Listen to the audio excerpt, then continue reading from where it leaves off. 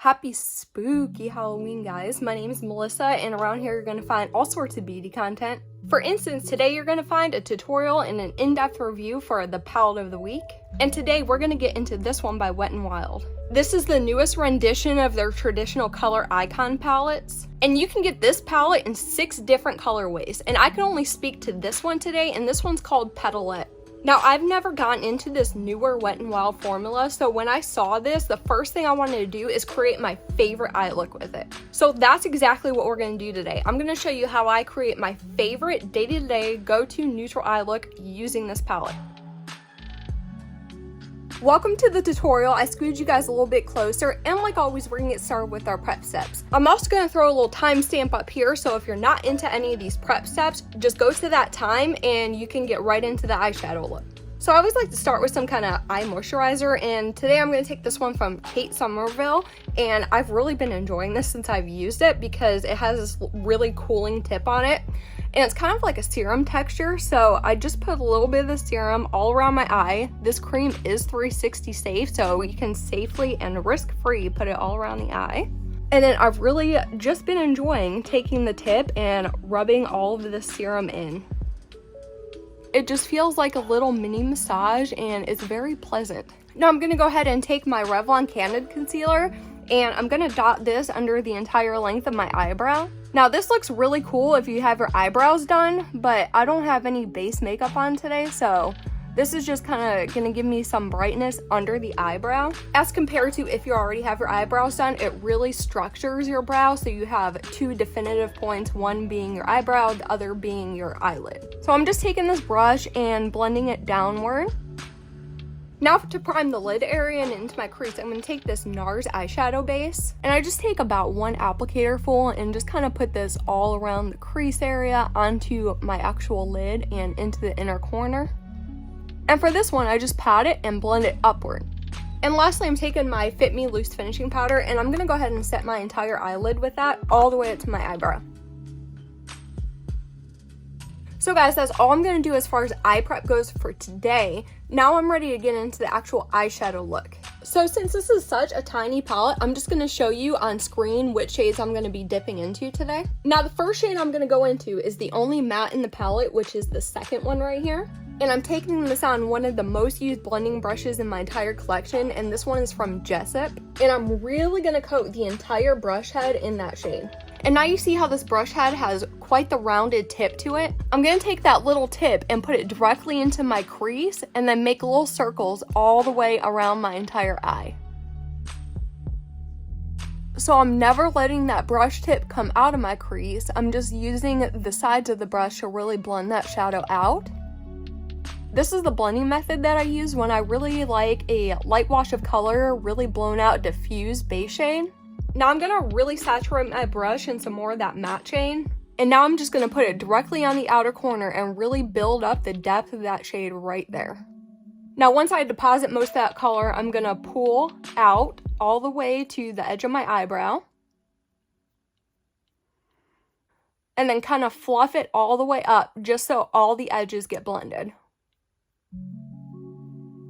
Now I'm still taking that same brush and I'm just coating it with a little bit of product. And we're going to do the same thing to the lower lash line. So I'm going to start in the very outermost corner first because, you know, that's where I want the most pigment. And I'm just going to make a little circle there and keep building that pigment up. And then once I get less and less on my brush, I'm going to bring it inward. Now for this next step, I'm taking a pretty fluffy eyeliner brush. It still has that small, precise shape, but it's kind of fluffy at the same time. And the next shade I'm taking is this kind of bright pink copper shimmer shade. And now the trick to using these shimmers with a brush is that you want to use them with a wet brush. So with this shade, I'm going to line 3/4 of both lash lines in a pretty thick manner. So here's the top lash line. You can see I did bring it a little bit past my outer corner. And now I'm going to do the lower lash line and connect it to that very outer point. And now the next shade I'm going into is this eggplant satin shade, and for that I'm taking this really flat definer brush. Now the good thing about shades like this is that they can really be used as a matte or a shimmer, just depending on where you place them in your eye look. And today we're going to be using it more as a matte shade. So I got some on my brush and I did tap the brush off because this shade does have fallout and I just don't want fallout all over my face. So now what I'm going to do is line really close to the lash line everywhere we have that copper stripe.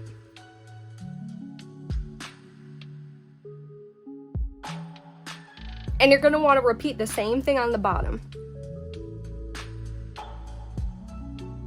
Now we're pretty much done with the outer half of the eye, so now we're going to work on the inside part. And the first thing I'm going to do is take a really tiny liner brush, and I'm still going to be using this purple shade, but this time we're going to do some pretty detailed work, so I'm going to use the shade Wet. So the first thing I'm going to do is line from the end of these lines till my inner corner. The next thing I want to do is create an interior lash line extension, and I want to connect that to my lower lash line. And I don't want it to be anything huge or anything that people are going to notice upon first look. I just want it to be a little bit small just so it slightly elongates this look. Now keep in mind, this is my traditional go-to eye look. I love doing this, and I really like to highlight the inner part of the eye. And now for that, I'm going to take this bright pink shimmer shade, and I'm also going to use this Wet. I also didn't change brushes. I'm still using a little teeny liner brush. And the first thing I'm going to do is highlight underneath that line extension.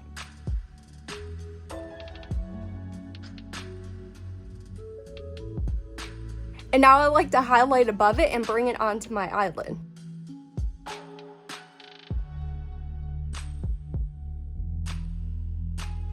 So here's the whole eye look, but I do like to go in and add a little bit of highlight to this. So for that, I'm just taking this old duochrome shimmer shade, and I'm still taking that fluffy eyeliner brush, and I'm gonna go ahead and apply this under my brow bone. Okay, so what I'm gonna do now is go do the other eye, put some mascara on, and I'll be back and we'll talk about this look.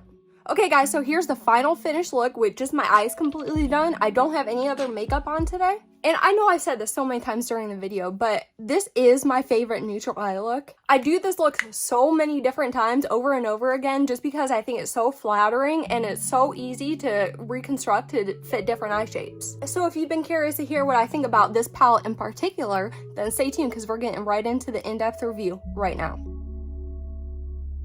Welcome to part 2 of this video, which is my in-depth review. Today we're going to be talking about this little number, and it is from Wet n Wild. This is called their Color Icon 5-pan palette, and I got mine in the color Petalette. There are 5 other colorways to choose from if this pink rosy one is not for you. So you know I always like to talk about the palette's packaging first, and I must say that this is nice quality for the price that you are paying. If you do have some dexterity concerns, this might pose an issue because it is very difficult to open since it is so small and hard to grasp. So once you get in here, you're going to notice 5 different shadows. They each weigh in at 1.2 grams, which is above the average amount per pan.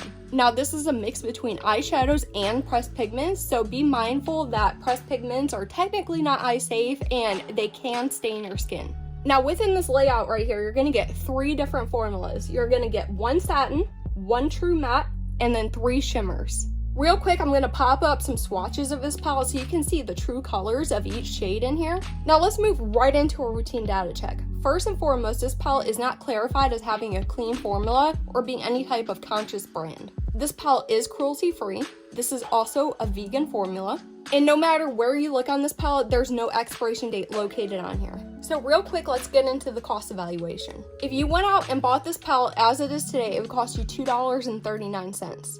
Breaking that down a little bit, it comes to 48 cents per shade, and breaking that down a bit further, it comes to 40 cents per gram. So if you compare this to other similar palettes, the price per shade is very affordable, and compared to other palettes that I've personally previously reviewed, the price per gram is very affordable.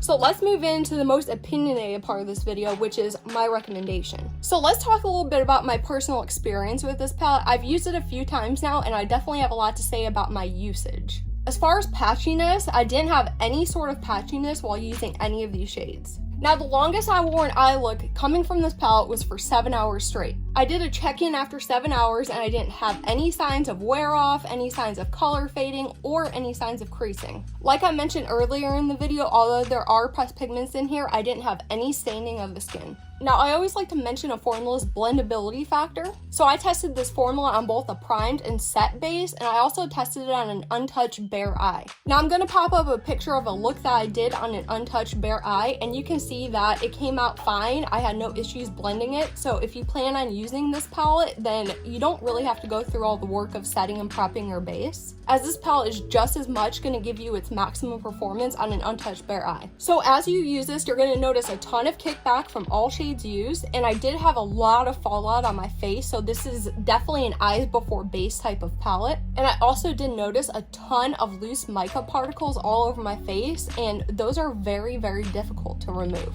So as for the critiques I have about this, the first thing I want to say is that I do appreciate its range. I know a lot of people are going to say you don't have any depth in here, but I don't think every single palette in the world needs to necessarily have depth in it, especially things smaller in a 6-pan. I just want a solid look out of what the palette presents itself. As far as shade redundancy, as I was playing with each one of these shades individually, I didn't find that any of them were similar to one another, so I think each one poses a certain place within this palette. This palette is 80% non-matte, so if you're a person that likes a matte heavy palette or a well-balanced palette, this one is not probably going to be up your alley. If you love doing a one shadow look or just playing with shimmers, you might really like this one. As far as having any dud shades, I wouldn't necessarily call them quote unquote dud shades, but I did notice that within the shimmers, they all performed differently. Just calling it a shimmer formula isn't enough because they were not consistent whatsoever. So if you want to know any specific formula highlights, this matte right here is a more buildable matte, so you're going to have to go in with layer after layer to really get it where you want it. Like I said, this is your satin shade, so you can use this as a matte or you can use it as a non-matte. It just depends on the look that you want to do and where you need it to go in that look. And then right here you have two pigmented shimmers. So both of these shades right here have a very noticeable base pigment. And due to that quality, you can really use those shades in a lot of different ways too. And the last shade in the palette right here is a duochrome shimmer topper. It has a barely detectable base pigment, so it's pretty much just little sparkles. And it also has a pearl to pink shift. Both the shimmers in here are very chunky and flaky. They don't build well, they don't layer well. They're a one layer and done type of shade. And like I said, all the non-mattes in here have those tiny loose mica particles, so they are very damaging to any makeup look that you have on previously. And I also attempted all application methods with the non-mattes, and they all work perfectly fine no matter which method you choose, being your finger, a dry brush, or a damp brush. However, if you want the boldest intensity out of this eyeshadow palette, try a damp brush. So if you were walking around Walmart and you saw this on the shelf and you wanted to pick it up, but you were curious if it was great or not for the price, having to go back and do that all over again, I would personally skip this. Of course, I have 3 reasons why I say that. My first reason is that the majority of this palette, which is the non-mattes, had overall poor performance. The best way to use these 4 shades is a simple one shadow look. If you plan on doing any more than that, they're going to severely underperform. My second reason why I skipped this palette is that there is an ungodly amount of difficult to remove fallout. This palette doesn't create fallout that simply dusts away with a makeup brush. The little glitters it leaves on your face do not come off. So if you just happen to forget to do your eyes first, you can ruin your entire makeup routine.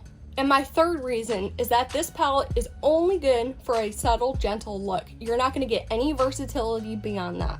So yeah, guys, when I rated this Wet n Wild palette for this week, I gave it a D. I think this color story was really cool, and I can only speak for this palette. I'm interested to find a more matte heavy palette like this, but as far as this specific palette, this just didn't work out for me. So yeah, guys, that's all I have for today's video. I hope you enjoyed it and found it helpful, and if you did, please give me a giant thumbs up. And if you didn't like my video, of course, hit that thumbs down button. And until next time, bye!